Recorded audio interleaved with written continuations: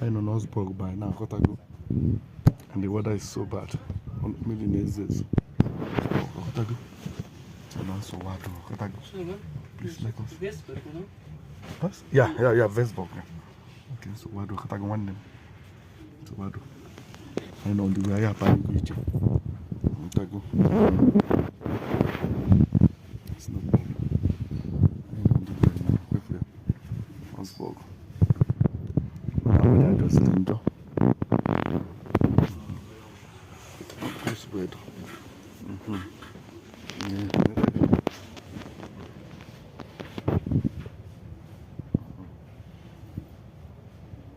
So what do I want them?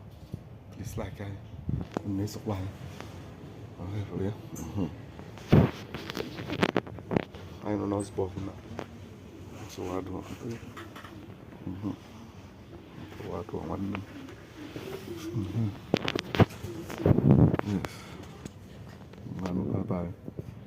Please like and share for us. Bye bye.